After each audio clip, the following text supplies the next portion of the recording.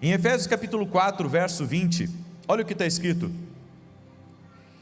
mas vós não aprendestes assim a Cristo, se é que o ouvistes e nele fostes instruídos, conforme é a verdade em Jesus, a despojar-vos quanto ao procedimento anterior do velho homem, que se corrompe pelas concupiscências do engano, a vos renovar no espírito da vossa mente, e a vos revestir do novo homem, que segundo Deus foi criado em verdadeira justiça e santidade. Essa passagem aqui, ela me diz muito. Ela me diz que eu preciso deixar com que a nova natureza de Cristo assuma o controle total da minha vida. A nova natureza, não a velha, a nova natureza. Então, Deus nos ama do jeito que nós somos, mas Ele se recusa a nos deixar do mesmo jeito. Ele quer que você seja como Jesus. Então eu venho para Ele de um jeito, Ele me aceita, do jeito que eu chego Ele me aceita, cheio de pecado, cheio de falha, cheio de hábitos ruins, com palavrões, com pensamentos horríveis, nojentos. Ele me aceita do jeito que eu sou, me recebe assim, mas Ele não quer que eu permaneça desse jeito. A vontade de Deus é que a nova natureza assuma completamente a minha vida. Mas como que nós vamos deixar essa nova natureza ela aparecer mais do que a velha natureza? Porque o velho homem, ele está sempre tentando ressuscitar em nós, por meio de atitudes, por meio de pensamentos, por meio de palavras. E nós tiramos algumas ideias e conceitos errados. Tiramos a ideia de que não podemos mudar. Afirmações como: é da minha natureza me preocupar, ou sempre serei pessimista, eu sou assim, eu tenho um temperamento difícil, eu não consigo mudar a forma como eu reajo. Quem disse isso? Senão a velha natureza. Porque a nova natureza de Cristo Jesus, que habita em mim e habita em você, que aceitou Ele como Senhor e Salvador, essa nova natureza quer assumir o comando. A minha pergunta para você é: será que você está alimentando essa nova natureza, para que o teu homem espiritual seja mais forte do que o teu homem carnal? E dentro muitas características que Jesus tinha, eu separei 10 aqui, e estudei cada uma delas. E uma das características que me chamou a atenção em Jesus, é que Ele era puro. Em 1 Pedro capítulo 1, verso 19, Pedro, que viajou com Jesus por 3 anos e meio, o descreveu como um cordeiro sem mancha e sem defeito. Depois de passar o mesmo tempo ao lado de Jesus, João concluiu: e nele não há pecado. 1 João 3,5: e bem sabeis que ele se manifestou para tirar os pecados, e nele não há pecado. Ele é puro. E nós gananciosos? Ele é puro. Jesus nos ensinou a sermos simples como as pombas, mas prudentes como as serpentes. Será que nós temos ainda a pureza de uma criança? Ou tudo que habita em nós hoje é a maldade? É a contrariedade? As dificuldades que a vida foi impondo a nós e que nós fomos absorvendo isso? Não adianta nós dizermos que o meio não nos contaminou? Porque aonde nós vivemos e aonde nós estivermos, nós vamos pegar do meio.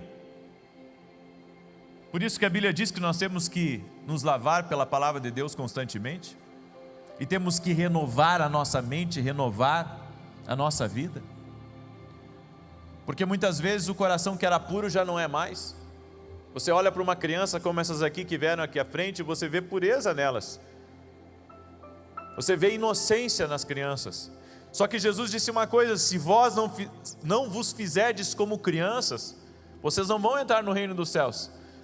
Jesus não estava falando, sabe, de uma pessoa que é boba, de uma pessoa que é bobinha, de uma pessoa que é imprudente. Não, Jesus está falando do coração. O coração tem que ser puro, o coração tem que ser inocente.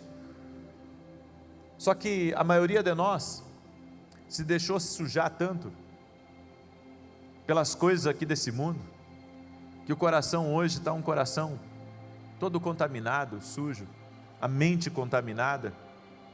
Sabe, a pessoa não consegue mais acreditar em ninguém, porque dentro dela, dentro da cabeça dela há uma configuração, e a configuração que está dentro dela é: ninguém presta, ninguém é bom. Ou seja, foi colocado dentro dela uma sujeira, uma contaminação. Você já teve dor de dente? Quando tem uma dor de dente, sabe, incomoda por demais a vida da gente.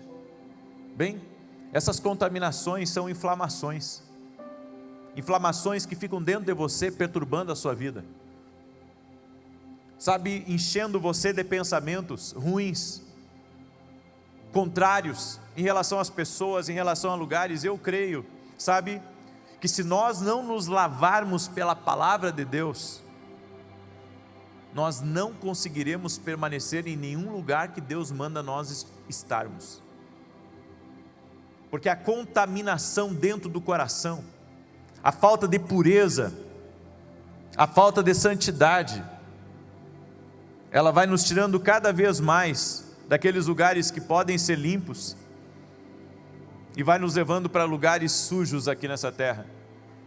E às vezes não leva você para um lugar sujo, mas torna você uma pessoa suja por dentro. Jesus permaneceu puro, e Ele nos mostrou que o caminho da pureza é por meio dEle. É por isso que a Bíblia diz que Ele é o caminho, inclusive para a pureza. A Bíblia diz: bem-aventurados os limpos de coração, porque verão a Deus. Se não estamos vendo Deus na nossa vida, é porque muita coisa nojenta entrou dentro de nós, e nós temos que purificar a forma como nós vemos, a forma como nós falamos, a forma como nós ouvimos. Porque sabe, quando você está com o seu ouvido sujo, qualquer coisa que você ouve já vai passar sujo para dentro da sua alma. Então nós precisamos inclusive purificar os nossos ouvidos. Se você fica o dia inteiro ouvindo gente falando palavrão, se você fica o dia inteiro ouvindo pessoas falando coisas podres, isso vai de alguma maneira contaminar você. Você vê a todo momento coisas erradas, isso vai contaminar o seu coração. Eu já saí de amizades para não contaminar o meu coração, eu já saí de certos meios já para não contaminar o meu coração, porque hoje a batalha que nós temos que enfrentar é a batalha para permanecermos puros. E se nós não sujamos o coração, nós devemos pedir a Deus que Deus lave o nosso coração. E Jesus era completamente puro, a sua conexão com o Pai era tão poderosa, que isso fazia com que suas palavras fossem puras. Gente, nenhum de nós vai falar do que não está no coração. A Bíblia diz que a boca fala do que está cheio o coração. Então quando você vê, sabe, as pessoas falando o que não presta, é porque isso está dentro delas. Quando você vê uma pessoa esbravejando, é o que está dentro dela, não se engane. Então, uma ofensa faz com que a gente altere nosso tom de voz, porque a ofensa nos contaminou. A ofensa entrou dentro de nós. A segunda característica que eu vi em Jesus é que Jesus era pacífico. Em Mateus capítulo 5, verso 9, a Bíblia diz: bem-aventurados os pacificadores, porque eles serão chamados filhos de Deus. Os discípulos se inquietavam com a necessidade de alimentar as multidões, Jesus não. Ele agradecia a Deus pelo problema. Os discípulos berravam de medo na tempestade, mas Jesus não. Ele dormiu enquanto a tempestade durou. Pedro desembanhou a espada para lutar contra os soldados, mas não Jesus. Ele levantou a mão para curar. Seu coração estava em paz.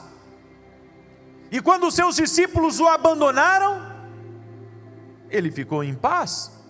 Quando Pedro renegou, Jesus não perdeu a calma. Quando os soldados cuspiram em sua face, ele não cuspiu fogo neles. Muito pelo contrário, ele estava em paz. Ele é pacífico. Nós que somos um pouco problemáticos. Então eu fico imaginando, essa era a característica de Jesus. E como eu disse, ele, alcançou a máxima em tudo. E nós, será que já estamos no nível 1, de sermos pacíficos? Porque a Bíblia diz que quando alguém pecar contra você, vai e tenta reconciliar com o teu irmão.